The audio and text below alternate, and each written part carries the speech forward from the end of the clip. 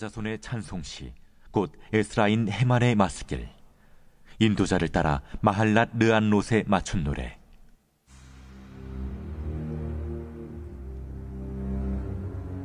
여호와 내 구원의 하나님이여, 내가 주야로 주 앞에서 부르짖었사오니 나의 기도가 주 앞에 이르게 하시며 나의 부르짖음에 주의 귀를 기울여 주소서.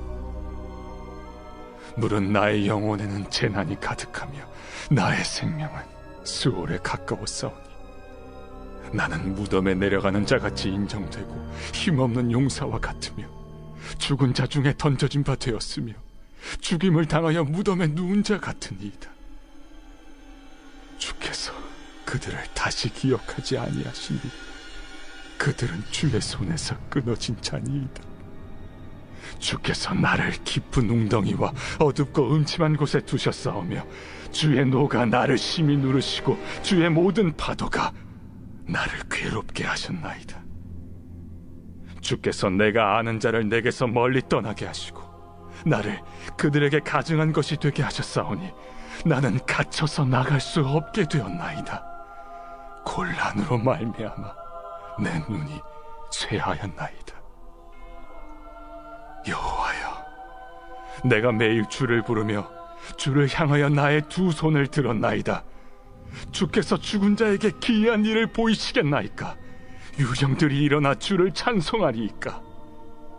주의 인자하심을 무덤에서, 주의 성실하심을 멸망 중에서 선포할 수 있으리이까? 흑암 중에서 주의 기적과 이즘의 땅에서 주의 공의를 알 수 있으리이까? 여호와여, 오직 내가 주께 부르짖었사오니 아침에 나의 기도가 주의 앞에 이르리이다. 여호와여, 어찌하여 나의 영혼을 버리시며 어찌하여 주의 얼굴을 내게서 숨기시나이까? 내가 어릴 적부터 고난을 당하여 죽게 되었사오며 주께서 두렵게 하실 때 당황하였나이다. 주의 진노가 내게 넘치고 주의 두려움이 나를 끊었나이다. 이런 일이 물같이 종일 나를 애우며 함께 나를 둘러쌌나이다. 주는 내게서 사랑하는 자와 친구를 멀리 떠나게 하시며 내가 아는 자를 흑암에 두셨나이다.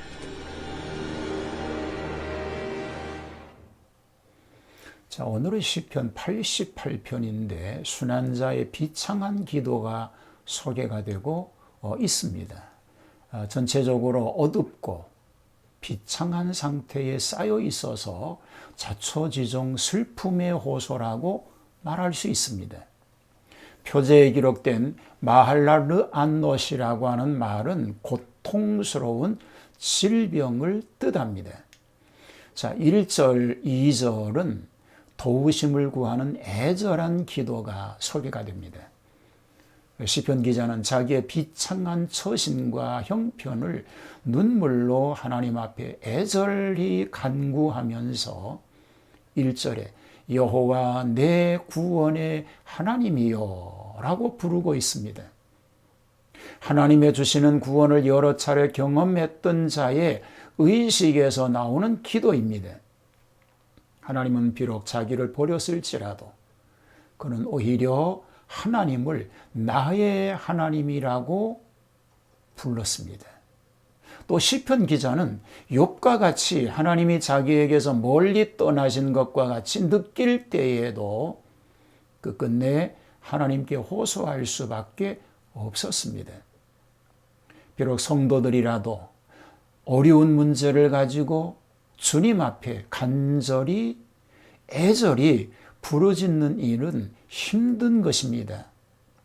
그렇지만 낙심이나 원망하지 않고 힘써 기도하여야 할 것입니다. 3절에서 8절은 자신의 가련한 신세를 호소하고 있습니다. 자신의 가련한 신세를 호소하면서 그것으로서 하나님의 도우심이 필요하다고 이유로 삼고 있습니다. 나의 영혼에 고난이 가득하며 나의 생명은 음부에 가깝다고 얘기합니다. 나는 무덤에 내려가는 자와 같다고 얘기합니다. 힘이 없는 사람과 같다고 말합니다. 사망자 중에 돈 지은 바가 되었다고 말합니다. 살육을 당하여 무덤에 누운 자와 같다고 말합니다. 자신의 연약하고 불쌍한 상황을 솔직하게 진술하면서 주님의 손에서 끊어진 자와 같이 되었다라고 고백하고 있는 것입니다.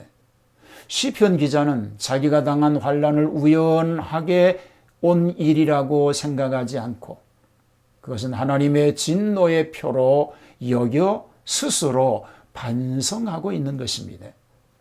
위로 하나님의 진노를 당하고 아래로 친구들에게서 미움을 받으니 사고 묻힌의 가련한 처지인 것입니다. 깊은 웅덩이 어두운 곳, 음침한 데서 주의 진노로 심히 놀림을 받았고 갇혀서 나갈 수 없이 된 비참한 꼴과 같이 되었다라고 자기 자신을 돌아보고 있는 것입니다.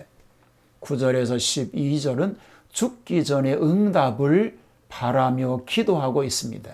너무 울어서 눈이 쇠약해질 지경에 이르렀으며 매일 죽게 부르짖으며 주를 향하여 두 손을 들었다고 호소합니다. 사망한 자에게 기사를 보일 수 있겠나이까 10절에서 말하죠. 유혼이 일어나 주를 찬송할 수 있겠나이까. 죽은 자가 어떻게 찬송할 수 없다는 거죠. 무덤과 멸망 중에서 주의 인자와 성실하심을 선포할 수 있사오리까 라고 말합니다. 음부에 있는 자는 하나님의 기사와 그의 의와 언약에 대한 성실함도 모두 알 수 없으니 생전에 기도의 응답을 달라라고 호소하고 있는 것입니다. 그러니까 죽기 전에 하나님 응답하여 달라는 것입니다. 자, 13절에서 마지막 18절에는 계속하여 간절한 기도를 드리고 있습니다. 시편 기자는 자신을 언약의 모든 관계에서 끊어진 죽은 자와 대조하면서 말하고 있습니다. 그는 의지가 소침하고 정신이 좌절되었음에도 불구하고 능히 기도하며 또한 장차 앞으로도 꾸준히 계속 기도할 용기를 보여주고 있는 것입니다.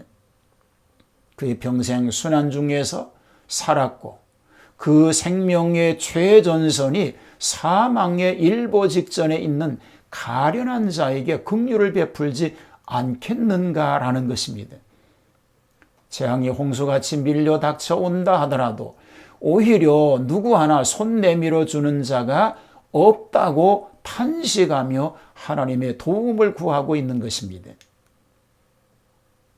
어려운 문제를 당한 시편 기자의 기도가 응답받지 못한 채로 이 시는 끝나고 있습니다. 그러나 비록 흑암 중에서라도 그는 오히려 소망을 가지고 있습니다. 거기서 그의 상급이 있을 것이라고 하는 것을 말해주고 있는 것입니다. 오늘 한국교회는 심히 어려운 상황 가운데 빠져 있습니다.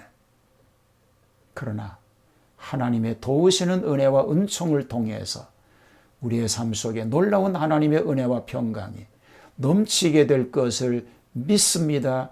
그리고 끈질기게 계속해서 하나님의 도움을 구하는 그런 기도가 우리 삶 가운데 넘치게 되기를 주님의 이름으로 축복합니다.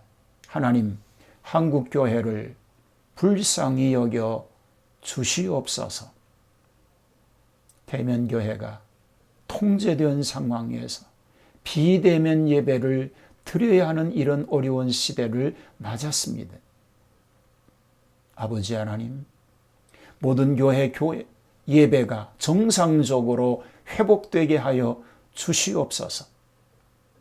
온라인으로 예배하는 시대, 어디에서 예배하든 성도들의 예배가 온전한 예배가 되게 하시고 주님이 원하시는 신령과 진정으로 드리는 예배가 되게 하여 주시옵소서. 한자리에 모여서 하나님께 영광 돌리는 예배 회복을 어소속히 허락해 주시고 어둠의 세력이 무너지게 하시고 하나님의 영광을 가로막으려고 하는 악한 사람들의 계획이 무너지게 하여 주시고 오직 하나님 영광으로만 넘치게 하여 주시옵소서. 그래서 하나님 뜻만 이루어가는 그런 놀라운 은혜가 오늘 삶 속에도 가득히 임하도록 우리 가족들과 성도들을 지켜 주옵소서. 예수님 이름으로 기도하옵나이다. 아멘.